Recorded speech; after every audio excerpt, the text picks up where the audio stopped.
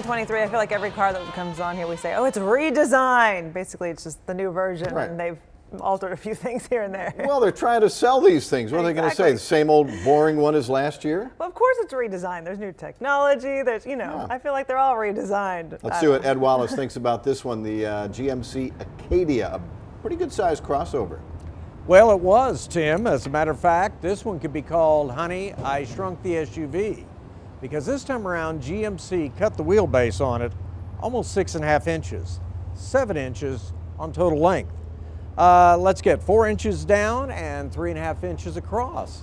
The amazing thing is, when the last one came out, the first one, I said, General Motors has got it made. They finally made an SUV that will take on an Acura MDX. That was actually very high praise. And then over the years, it actually became more popular. 2015 was the highest sales year ever for the Acadia when it was like 8 years old. Well, this time around, as I said, it's smaller, but you can still get the third seat option in it, believe it or not. Comes with a V6 engine, puts out 310 horsepower. The interior of it, it's a little plain when you start thinking about the price of a luxury SUV, which this should well qualify for, but it has big buttons, big dials, everything's easy to touch, as with any General Motors product.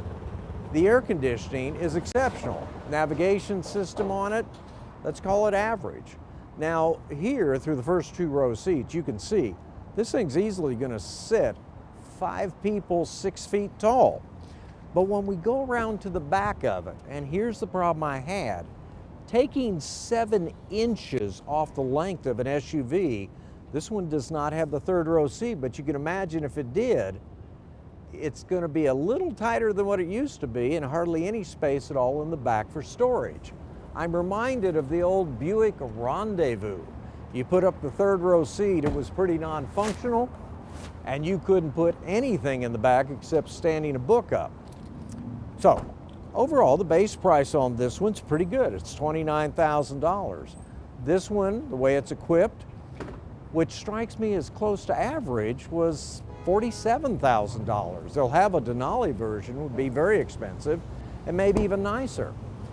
And it was slightly noisier than I remember the last one being. But overall, it went from being one of the best crossovers made in America to a very good crossover.